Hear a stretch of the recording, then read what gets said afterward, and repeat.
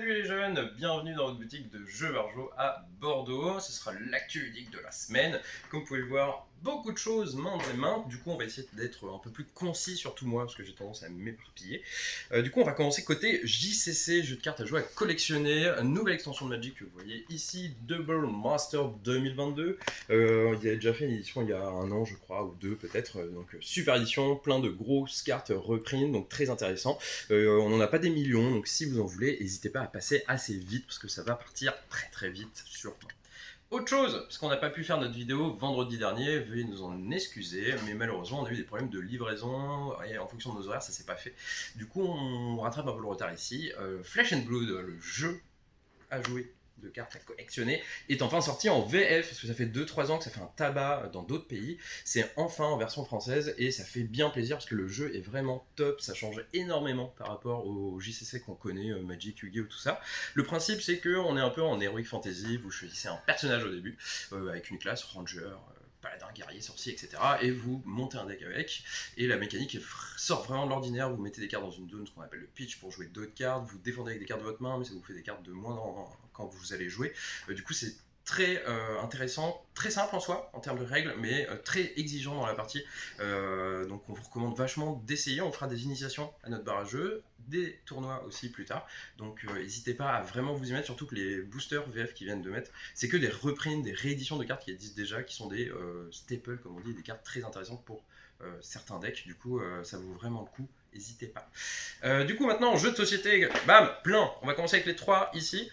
Du coup quand on parle de jeux minimalistes, c'est des petits jeux avec pas grand chose dedans, mais très bien, et du coup ces trois là en font partie. On va commencer par notre petit chouchou, Clash of Deck, que vous voyez ici. Clash of Deck, c'est un petit jeu d'affrontement pour 2 joueurs ou plus. Il y a des variantes qui existent pour jouer à 3 ou 4, même en solo d'ailleurs, qui est plutôt cool.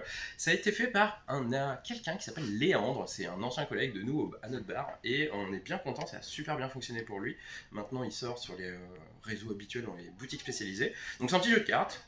Vous avez dans ce petit deck pas mal de cartes, 36. Sachant que vous faites un deck de 8 cartes seulement. Attention, que de 8 cartes. C'est ça le petit truc du jeu. Vous allez choisir pas mal de cartes parmi toutes celles qu'il y a de dispo, et vous faites votre deck avec ça. Et après, vous affrontez l'adversaire. La mécanique est assez fun, parce que au niveau des cartes, vous allez avoir des cartes monstres, des cartes sorts, mais vos points de vie sont dans votre main. Vous avez une carte qui s'appelle le fort, le bastion.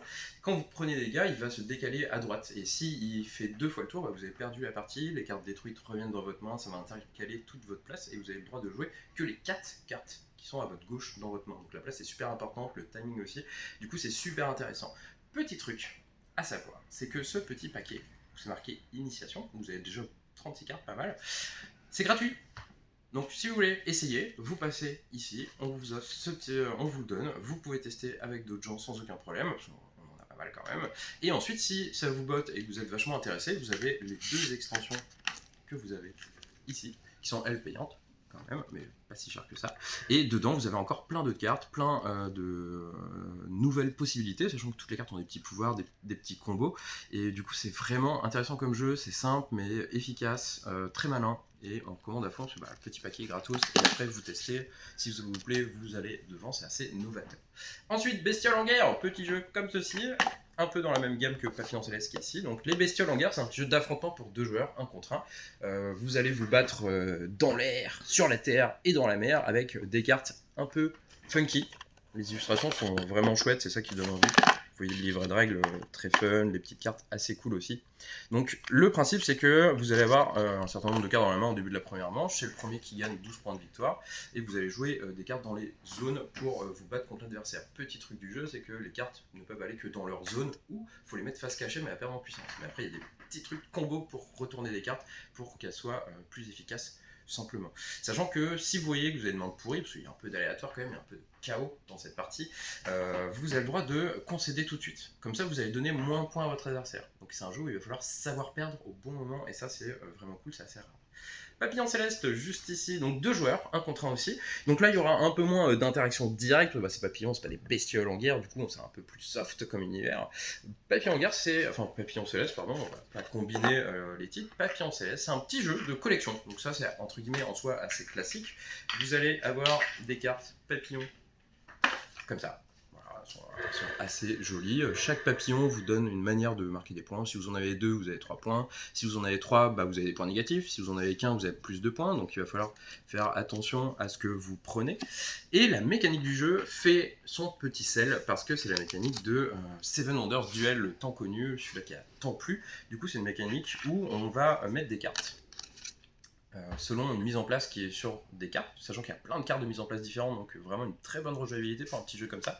Et du coup, on peut à notre tour de jeu prendre qu'une seule carte qui est accessible. Mais quand vous prenez une carte, bah, vous allez rendre accessible celles qui sont derrière. Du coup, c'est tout un petit jeu comme ça, hein, comme dans Seven Wonders Duel, où il faut faire attention à ce que vous voulez, mais aussi à ce que veut l'adversaire. Du coup, on recommande vachement, hein, c'est une mécanique qui a fait ses preuves. Ensuite, Exploding Minions, juste ici, bah, la suite entre guillemets hein, d'Exploding Kitten, mais dans un autre univers, dans les Mignons. Ils ont fait faire sa boîte, moi j'aime bien, je sais pas si à la caméra ça va se voir, ça se voit pas. Quand on tourne la boîte, tout ça, il y a un petit effet de, on voit des bombes atomiques exploser dans les yeux, etc. Le but du jeu c'est toujours le même, hein, c'est d'être le dernier à mourir, parce qu'on tire des cartes, si c'est un Exploding Mignon, ici pas un Kitten, vous allez mourir, et avec toutes les autres cartes, vous n'allez pas arrêter d'embêter les autres, donc c'est très cool. 13 mots ensuite, hop, juste ici, petit jeu d'ambiance, accessible à tout le monde, c'est ça qui fait sa force. C'est très simple, hein, en vrai, vous allez avoir 13 mots ici présents, enfin 12 autour et un 13e au milieu. Un joueur de son côté va choisir secrètement une carte, parmi les 12 qui sont autour, qui correspond à un indice du milieu. Les autres joueurs vont devoir essayer de retrouver quelle carte il a choisi. C'est un jeu coopératif, donc c'est assez simple, c'est assez tranquillou. Si tout le monde trouve, on gagne un certain nombre de points. Si on a moins qui trouvent et d'autres qui se bourrent, on gagne un peu moins de points, etc. Du coup, ça se rend très bien aussi, ça marche avec tout le monde. Ça ressemble un peu à un Dixit, Codename, un peu un mélange comme ça, mais du coup, c'est super efficace, ça marche très bien. Si vous cherchez un jeu pour l'été, ça c'est du tonnerre. Ensuite, jeu enfant, parce que on a quand même des jeux enfants et du coup là on a reçu des petites nouveautés qui nous plaisent beaucoup. Mister X, celui-là c'est celui-là qui nous a fait gros coup de cœur en vrai, petite journée professionnelle. Ça c'est simple, vous allez avoir des cartes comme ceci avec plein de choses similaires.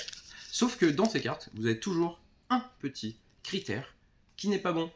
Par exemple ici si vous regardez bien il n'y a que des petits poissons, mais ici vous avez un petit chapeau, et du coup, c'est assez simple, à chaque tour on retourne une carte, et il faut être le premier joueur qui trouve l'objet dans la carte, qui n'a rien à faire là. Sachant qu'il y a des petits pièges, parce qu'il y aura plusieurs fois cette carte-là, mais malheureusement, c'est pas plusieurs fois le chapeau qu'il faut trouver. Du coup, attention à ça, ça peut être trompeur.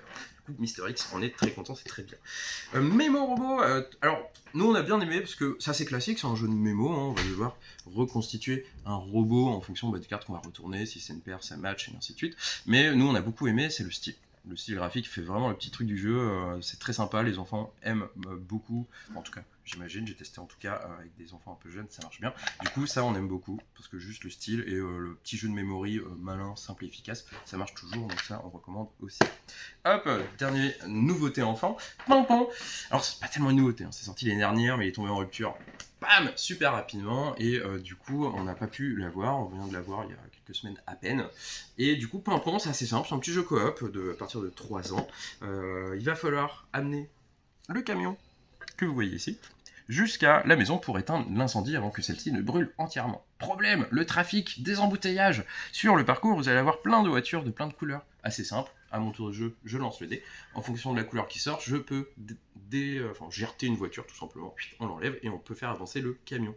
Si je tombe sur le dé côté flamme, je mets un petit jeton sur la maison et il faut arriver pour que la maison soit entièrement brûlée avec les jetons. Gros point fort du jeu, c'est le matos. Le camion là, c'est un vrai camion. Vous roulez et tout, trop cool. En vrai, même si t'es adulte, tu t'amuses. Pimpon, très bien, on recommande. Et ensuite, des petites nouveautés, niveau puzzle, parce que vous nous en demandez souvent pour les enfants. Donc on en avait déjà un de 250 pièces, de 200 pièces, les puzzles Heart. Et du coup, ici, c'est les puzzle observation et les puzzle art gallery qui sont de 100 pièces ou un peu plus, et art gallery c'est 500 pièces. Du coup, si vous voulez des puzzles de petites pièces pour les enfants, on a un peu de tout, de tous les genres, de tous les nombres de pièces, donc c'est plutôt chouette. Pardon, il me faisait des signes mais je comprenais pas. Je suis en train de me dire mais qu'est-ce qu'il me demande. Du coup voilà, il m'a demandé de retourner à la boîte pour vous montrer forcément. Et du coup, dernier petit truc pour les enfants, ou pas, hein, c'est aussi pour les grands, parce qu'on s'amuse bien, à la plage, on a des cerfs-volants. Et ils sont super jolis. Donc il y a des petits et des grands, les petits sont à 10 €, les grands sont à 15. Il y a un peu tous les goûts, hein, je pense, hein, on peut regarder. Hein.